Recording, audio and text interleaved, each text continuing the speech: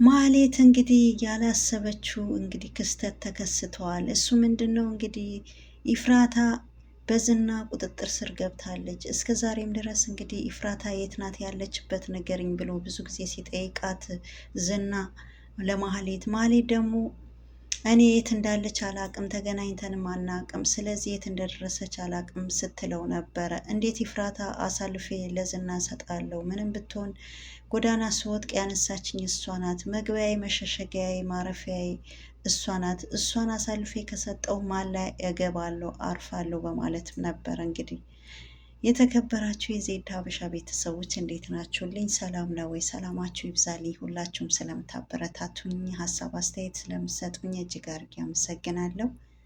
በቅንነትና በመልካምነት ላይክ ሰብስክራይብ እያደረጋችሁ ስለምታልፉ ከልብ አመሰግናለሁ። እንግዲህ ምሳሌ ድራማ እንግዲህ በውስጡ በጣም ብዙ ትምህርት ያለው እንግዲህ ብዙ ትምህርት አዘል ነገር ያለው ነው ማለት ነው።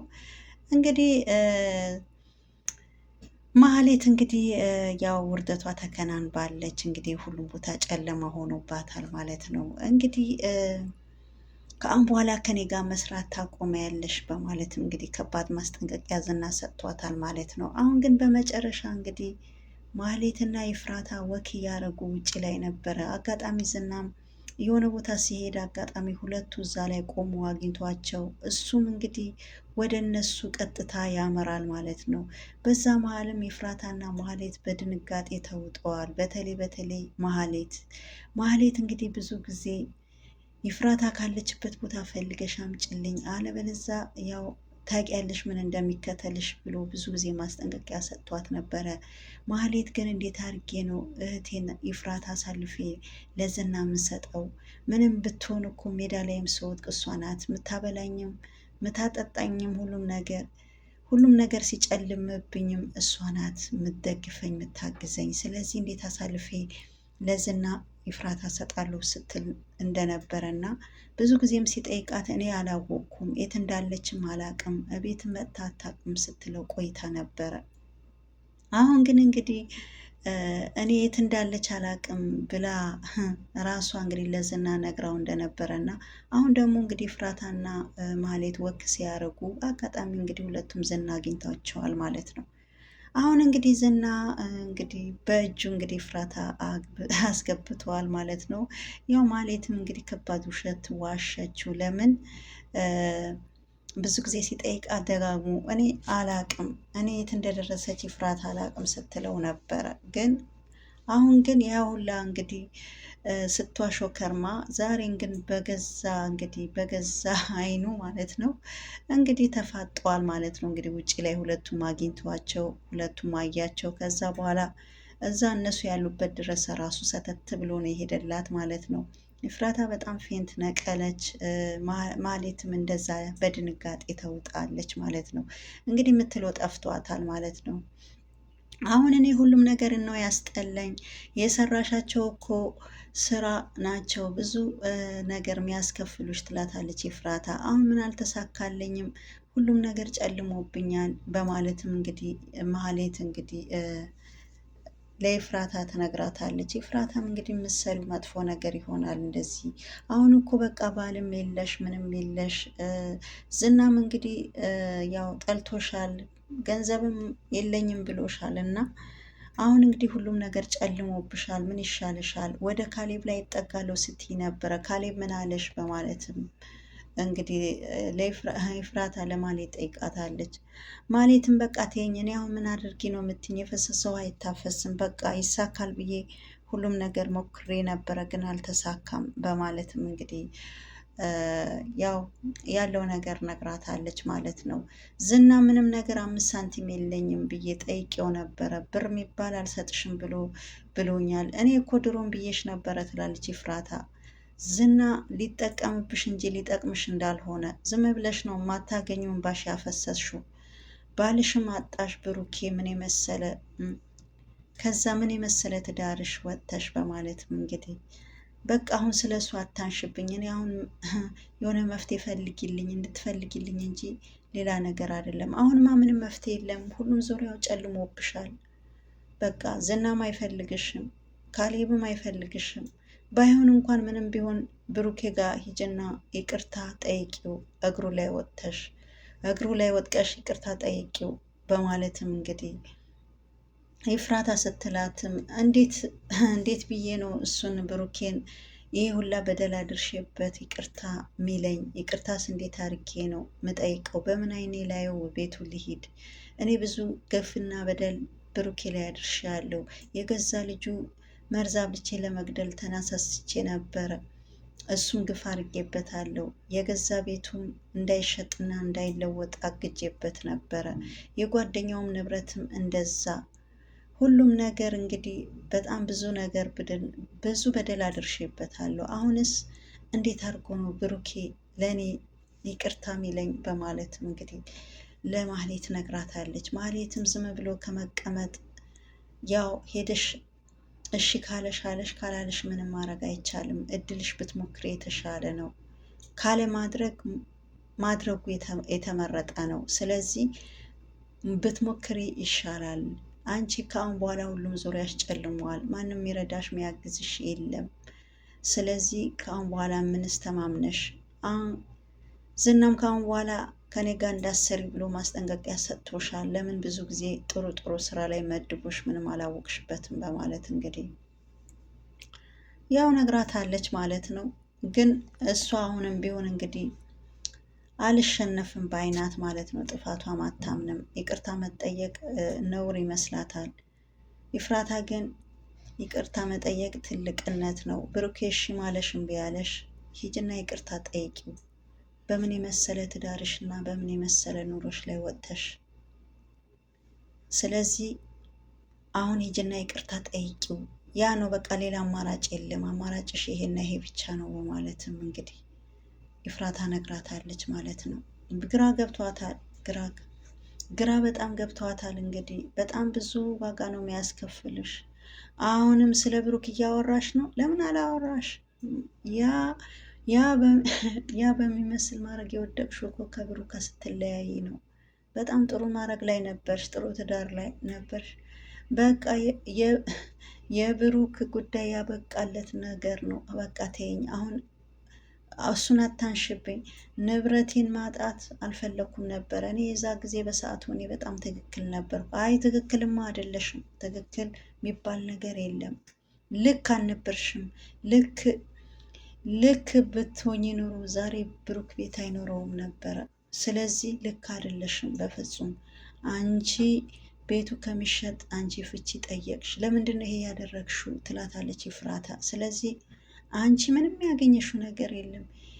ይልቅ የማይተካ እንባሽን ስታለቅሺ 24 ሰዓት እንባሽን አጣሽ እንጂ ምንም የጠቀምሽው ነገር የለም በማለት በቃ ተይው፣ የፈሰሰ ውሃ አይታፈስም።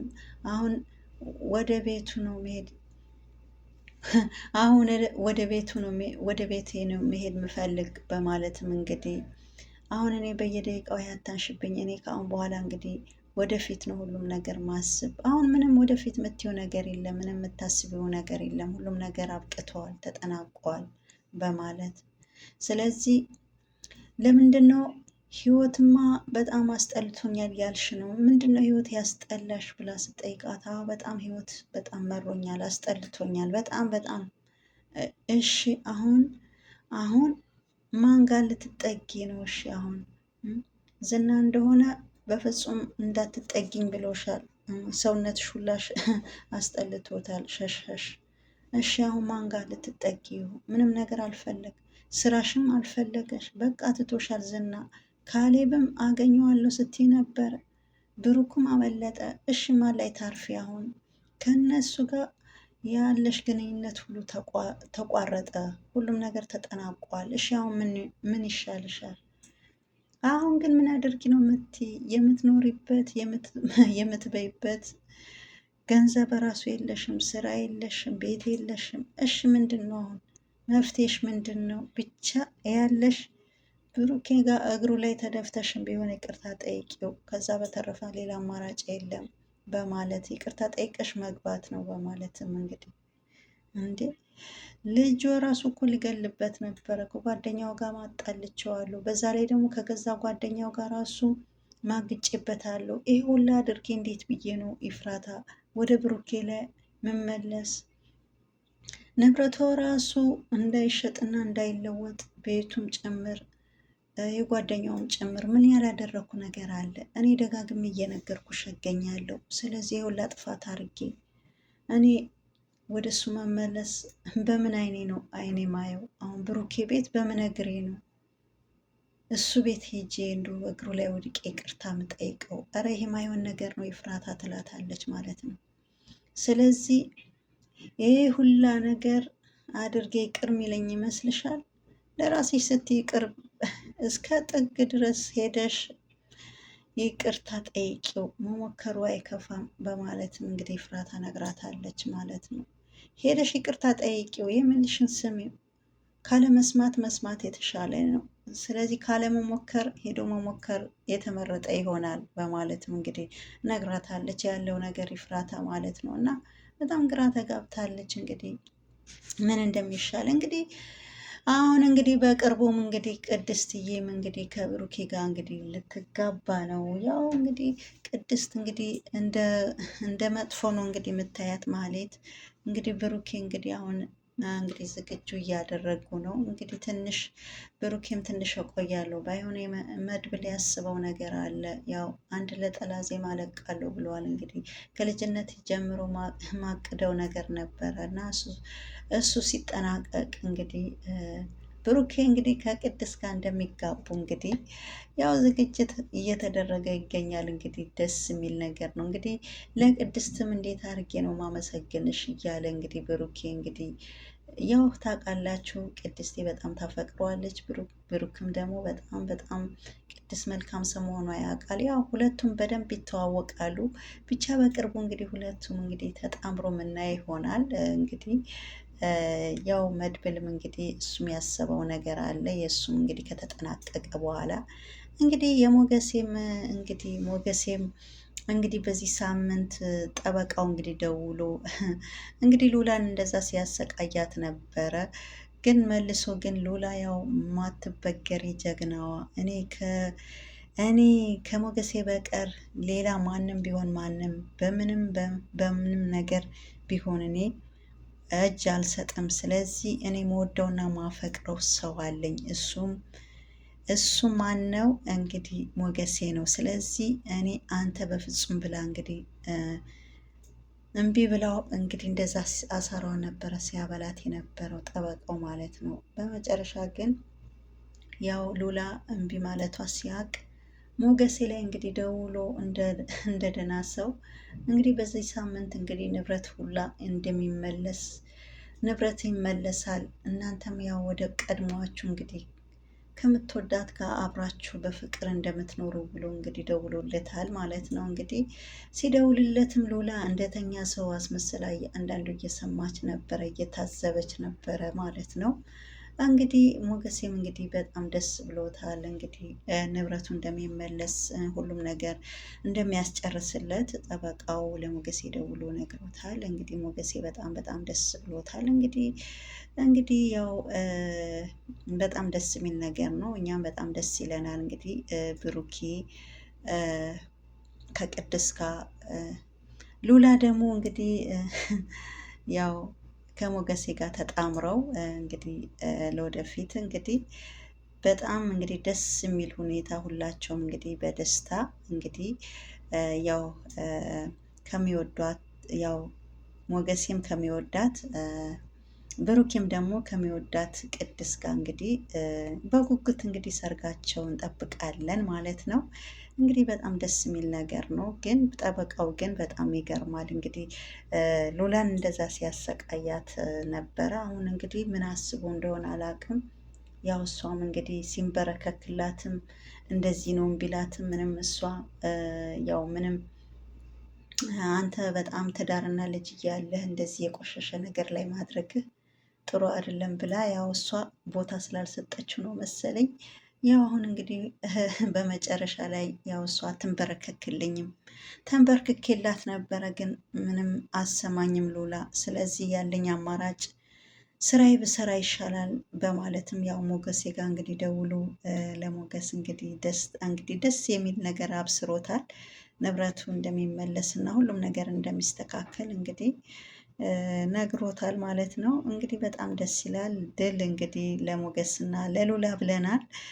ለቅድስትና እንግዲህ ለብሩኬ መድብልም ጭምር በጣም እንግዲህ ሁላቸውም እንግዲህ እነ ዳጣ እነ ቅድስት እነ ምሳሌ ሁላቸውም እንግዲህ የነሱ ደስታ የኛም ደስታ ነው። እንግዲህ እነሱ ብዙ መከራ ብዙ ነገር ያሳለፉ ሰዎች ናቸው። እንግዲህ መድብልም እንግዲህ ያሰበው እንግዲህ ያው አሳክቶለት እሱም እንግዲህ በትዳሩ እንግዲህ በደስታ እንግዲህ የሚቀጥል ያድርግለት እላለሁ። ያው መድብልም በጣም ብዙ መስዋዕትነት ለወንድሙ እንግዲህ ለብሩኬ በጣም ብዙ መስዋዕትነት ከፍለዋል ማለት ነው፣ ቀን ከሌሊት ሳይል። ያው ዳጣም እንግዲህ ከነሱ ሳትለይ ማለት ነው።